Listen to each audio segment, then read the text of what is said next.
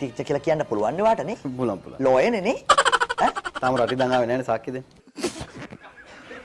ඔය ස්විට්සර්ලන්තේ තුෂාර ජයරත්න නම් කියනවා ඒ වගේම මේ ඔව් එන්නත් ලෑස්ති කියලා වසන්ත සමරසිංහ මේ පොතම කිව්වා තාම නම් දැක්කේ නෑ. එනවනම් මේ ආණ්ඩුවේ තමයි ආව.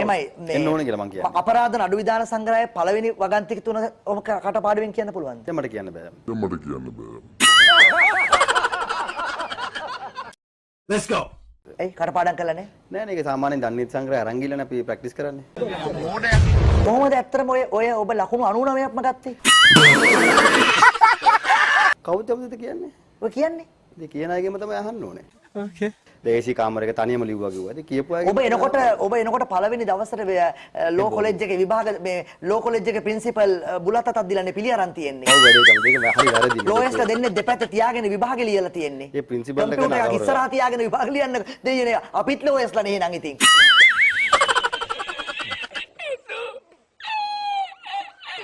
ඒබ ලිව්වනේ. අපිට අපේ නම් තුරට ඉස්සරහින් නීතිඥ කෑ ලියනවනේ.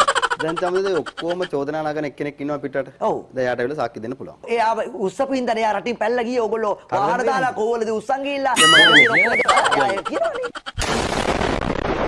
Let's go. දැන් ඒකත් අර වගේද දන්නෙත් නෑ. කොයි වගේද? දැන් අනිත් චෝදනා නගනවා වගේම ඉතින් ඒකත් ඔබ දැන් පූර්ණ නිගමනට ඇවිල්ලා අනිත් කට්ටිය චෝදනා කරනවා. ඒක පූර්ණ නිගමනට ඇවිල්ලා ඉවරයිනේ. නෑ ඉතින් මේක මෙයානේ පූර්ණ නිගමනට ඇවිල්ලා තියෙන්නේ. ඒතර ඔබට කොහමද හරීම නැකතක් හම්බෙලා අගවිනිසුරු ශිරාඩි බණ්ඩාරනායකගේ චේම්බර් එක ඇතුලේ අනේ GL පීරියස් අධික නැමතර මෙහෙම බලන් ඉන්නවා. නෑ විදේශ ඇමතිවරයා ඒක. හරි එතකොට ඉන්නවා කොමාරි චේම්බර් එක ඇතුලේ පුද්ගලික වරප්‍රසාද ලැබෙන මහින්ද රාජපක්ෂගේ පුතා හින්දානේ. පොඩ්ඩ දන්නේ නැද්ද? ඩාම් වෙනවා ඩූම් වෙනවා. අපි විභාග ලියන්නේ ඔක්කොමත් එක පොදු ශාලාවකනේ. ඔබට විතර ලයිබ්‍රරි එකේ කම්පියුටර් එකක් ඉස්සරහා තියාගෙන සපෝට් එකට ඔව් කියනවනේ. රට ඉන්න කෙනා තමයි කියන්නේ. කියනවනේ දොර ඇරලා. රට ඉන්න කෙනා තමයි කියන්නේ. දොර ඇරලා බලනකොට ඔහු S2 දැක්කල ඔබ ඉන්නවා. හරි දොර ඇරියක් හරි දොර ඇරියක් හරි දොර ඇරලා බලනකොට ඔහු ඉන්නවා. තව දෙන්නේ කෝට්ටෙන් ඉඳලා තියෙනවා. එයාත් ලියන්න ඇවිල්ලා ඒ දෙන්නව අඳුරගෙන තියෙනවා කලින් නීතිඥවරු කියලා. හැබැයි යාට විභාගෙ ලියන්න බැරි වෙලා තියෙනවා. ඔව්. එයා සම්බන්ධිත සම්පූර්ණයෙන්ම චෝදනා නගන්නේ නාම රාජපක්ෂට නෙවෙයි. එහෙනම් ලංකාවේ නීති විද්‍යාලයට. ඔය අනේ නිකම් පළයකෝ යන්නේ. අර හාමුදුරුවෝ කිව්වනේ ඉතා කන්දේ හාමුදුරුවෝ කොපි කරලා හරි කමක් නැහැ කියලා. කොහොම කොපි කරලා හරි කමන්නේ ලිව්වනේ ඔබතුමා. එහෙම නෙවෙයි ලිව්වනේ නේ. අපිත් අහන්නේ ඉස්සරහ වෙන මොකුත් කමන්නේ නැහැ. කොපි කරලා හරි කමන්නේ. ලිව්වද කියලා ෂුවර් නේ.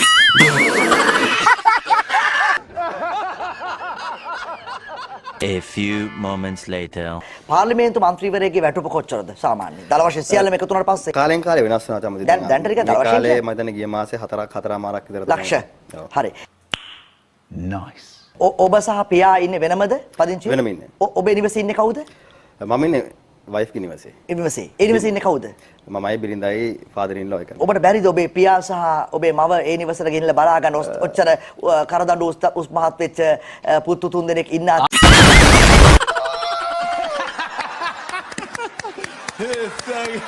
ඇත්තටම ඇයි නාමල් ඔයාට බැරි එහෙම තමන්ගේ අම්මයි තාත්තයි දෙන්න බලා ගන්න? What? Bro, what are you talking about, man? පුළුවන් තමයි. හැබැයි පළවෙනි කාරණේ තමයි ඔය ගෙදර විතරයි ආණ්ඩුවෙන් දීලා තියෙන්නේ. ඔය අනේ නිකම් පළයකෝ යන්නේ. නමුත් ඔබේ පියාට තියෙන සදාචාරාත්මක අයිතිය කොහොමද? ඒ කියන්නේ දැන් මේ ඉලක්කම් වල ෆුට්බෝල් ග්‍රවුන්ඩ් එකක් විතර ලොකු සාමාන්‍ය මිනිස්සුන්ට දෙන වර්ගඩි 450යි ජාතික නිවාස සංවර්ධන අධිකාරියේ ගෙයක්. අක්කරයයි පර්චස් 13.7ක් විජේරාම මාවතේ ඉඩමේ වටිනාකම විතරක් මිලියන 3128යි. දන්නවනේ අර බ්‍රිටිෂ් හයි කමිෂන් එකත් එක්ක තියෙන පාර. දෙන්නෙක්ට ඉන්න. මේ මන්දිරයේ වර්ගඩි 30354යි. මන්දිරය ගෙදර. ඒ කියන්නේ මන්දිරයේ වටිනාකම මිලියන 229යි. ටෝටල් එක එකතුව දෙකේම මිලියන 3357යි. එතකොට කෝටි වලින් කෝටි 350යි. මේකේ ලිෆ්ට් එකකුත් තියනවද? ලිෆ්ට් එකක් තියෙනවා. මේ තනි තට්ටුවේ ගෙදරට ලිෆ්ට් එක? තනි තට්ටුවේ තට්ටු දෙකක් නේ.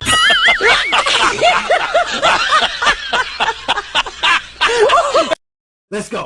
ඒක තමයි කියන්නේ උඩ යට විතරයි. ඔව්. ඒකට ලිෆ්ට් එකක් දාලා නේ 150ක ලිෆ්ට් එකක්.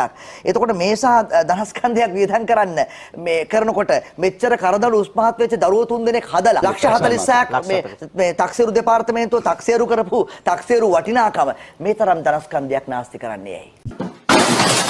Perfect. සමහරවිට පළවෙනි කාරණේ තමයි අපි ඉල්ලගත්තු ගයක් නෙවෙයි. උඹ වගේ ගොන් හරකෙක් යකෝ මෝඩ මූසලේ. අරගලයට ගහන්න තීරණය කළේ කවුද අරලියගහ මන්දිරය ඇතුලේ? අරලියගා මන්දිරයේ ඇතුලේ කිසි කෙනෙක් තීන්දුවක් ගත්තේ නැහැ. මම පැහැදිලිව දකිනවා මේ සමස්ත කුමන්ත්‍රණයේ ඇතුලේ එක කොටසක් ඒක.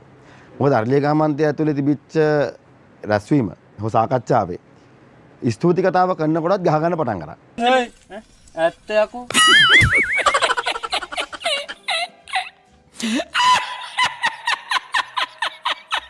ඒ මිනිස්සු මහින්ද රාජපක්ෂ ජනාධිපතිතුමා බලන්න ආව මිසක් අරගලයට ගහන්න ආපු අය නෙවෙයි. Okay. ඇතුලේ ඉන්න අය බේරවැවට දානවා නම් ගහගන්න ආව නම් බේරවැවට වැටෙනකන් අපේ අය බලන් ඉදීද? හපාලන ආණ්ඩුවෙන් නඩු හදලා FCID කියලා නීතියානුකූල නැති ආයතනයක් හදලා අපිට නඩු දැම්මා. එදා අපි දැක්කා දේශපාලන පළ ගැනීම කොහොමද ක්‍රියාත්මක වුණේ කියන කාරණා. හැබැයි අපි අපේ නිර්දෝෂීභාවය පිළිබඳව අධිකරණ පද්ධතිය තුල සනාථ කරන්න ඕන කියන එක තමයි අපි විශ්වාස කරන්නේ. අපි මේ රටේ අධිකරණ පද්ධතිය කෙරෙහි දැඩි විශ්වාසයක් තවමත් තියෙනවා. ඉතින් අපි ආණ්ඩුත් තිබ්බ අතරේ අපිට ඕනනම් මේ උසාවියේ එන්නේ නැතුව අර සමහරු කියනවනේ කරන ක්‍රමවේදයන් ගැන. හැබැයි අපි එහෙම කරන්න යන්නේ නැහැ. අපි දන්නවා පැහැදිලිවම මේ රටේ නීතිපති දෙපාර්තමේන්තුව අධිකරණ පද්ධතිය ස්වාධීනව කටයුතු කරන්න ඕනේ. දේශපාලන ඇඟිලි ගැසීම් වලින් ඈත් වෙන්න ඕනේ. ඉතින් වර්තමාන ආණ්ඩුව කොච්චර උත්සාහ කරත් නීතිපති දෙපාර්තමේන්තුවට බලපෑම් කරලා තමන්ගේ ආධිපත්‍යයට මේ රටේ අධිකරණ පද්ධතිය ගන්න මම හිතනවා ඒක අපේ රටේ කරන්න බෑ. ඒ වගේම තමයි නීතිපති දෙපාර්තමේන්තුවේ බලය දේශපාලන අධිකාරියකට ගන්නත් දැන් වෑයමක් යනවා. ඉතින් ඒවා මේ රටේ සාර්ථක වෙන්නේ නැහැ කියන එකත් අපි ආණ්ඩුවට මතක් කරන්න ඕනේ. ඔබට තලන්න ඕන බූවල්නේ. ආණ්ඩුව අසීමිත බලාපොරොත්තු දුන්නා. අසීමිත බොරු කන්දරාවක් කිව්වා. අද ඒ බොරුවක් බවට සනාථ වෙනකොට ආණ්ඩුව මර්ධනයෙන් තමන්ගේ දේශපාලන ව්‍යාපාරය ගෙනියන්න උත්සාහ කරනවා. මර්ධනයෙන් සම්පූර්ණයෙන් උත්සාහ කරන්නේ පාර්ලිමේන්තුව තුළ විපක්ෂ මර්ධනය කරන්න, රාජ්‍ය සේවය මර්ධනය කරන්න, පොලිසිය. අපි දැක්ක පොලිසිය මේ පහුගිය කාල සීමාව තුළ අතිගරු ජනාධිපතිවරයා පොලිස් කොමිසමට බැන්නා. බැනලා මාසයක් යන කලින් 100 ගාණක් පොලිසිය ට්‍රාන්ස්ෆර් වෙනවා එක දවසට. 100 ගාණක්. අපි මෙහෙම දේශපාලනයක් දැක්ක 90 ගණන් වල 80 ගණන් වල අපි පොඩි කාලේ. එදා අපි දැක්ක දේශපාලනය තමයි බලයට ආවම බලයට ආපු නායකයා පොලිසියේ OIC මහත්තයාගේ ඉඳන් ග්‍රාම සේවකගේ ඉඳන් ප්‍රාදේශීය ලේකම්ගේ ඉඳන් අමාත්‍යාංශ නිලධාරීන් ඉඳන් Tamanට ඕනේ විදිහට දේශපාලන මාරුවීම් කරලා Tamanගේ රාජ්‍ය හදා ගන්නවා. හැබැයි මේ සංස්කෘතිය ක්‍රමක්‍රමයෙන් වෙනස් වුණා. වෙනස් වෙලා මේ ආයතන ස්වාධීන ආයතන බවට පත් වුණා. මේ ආයතනවල ආයතන සංග්‍රහයන් අනුව ට්‍රාන්ස්ෆර් දෙන ක්‍රමවේදයන්, ප්‍රොමෝෂන් දෙන ක්‍රමවේදයන් ඇති වුණා. ඒවා ඇති වෙලා යම්කිසි විනයානුකූල භාවයකට මේවා පත් වුණා. අද නැවත වතාවක් අපි දකිනවා මේ ආණ්ඩුව අර පැරණි ක්‍රමයටම තමන්ගේ දේශපාලන අවශ්‍යතාවය ඉෂ්ට කරගන්න උවමනාව මත පොලිසියද රාජ්‍ය සේවයද ට්‍රාන්ස්ෆර් දෙන්න සහ උසස් වීම සහ බලපෑම් කිරීම වලට එළඹෙනවා. ඔය මාන්න බඩුවක් නේ ඔය තමුසේ. මේ පිට්ටම් හොයදි කරන්නේ. Let's go. ජනතාවගේ කාරණාවලදී අපි පොදුවේ සටන් කරනවා. ඕනෑම කෙනෙක් එක්ක. ඒක විපක්ෂයේ ඉන්න දේශපාලන බලවේගයන් වෙන්න පුළුවන්, සිවිල් සංවිධාන වෙන්න පුළුවන්. හැබැයි දේශපාලනික වශයෙන් සන්දානගත වීම සහ මැතිවරණ ව්‍යාපාරයක් අපි මෙහෙවන්නේ පක්ෂය සහ පාක්ෂිකයා සහ අපේ ප්‍රතිපත්ති වලට අනුකූලව. ඉතින් ඒ හින්දා පොදුවේ ජනතාවගේ ප්‍රශ්න වලට පෙනී හිටින සටන් කරන්න අපි පක්ෂ ભેදකින් හෝ සිවිල් සංවිධාන එක්ක හෝ ඕනෑම කෙනෙක් එක්ක අපි සටන් කරන්න සූදානම්.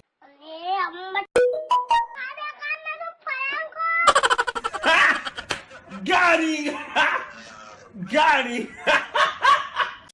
Let's go.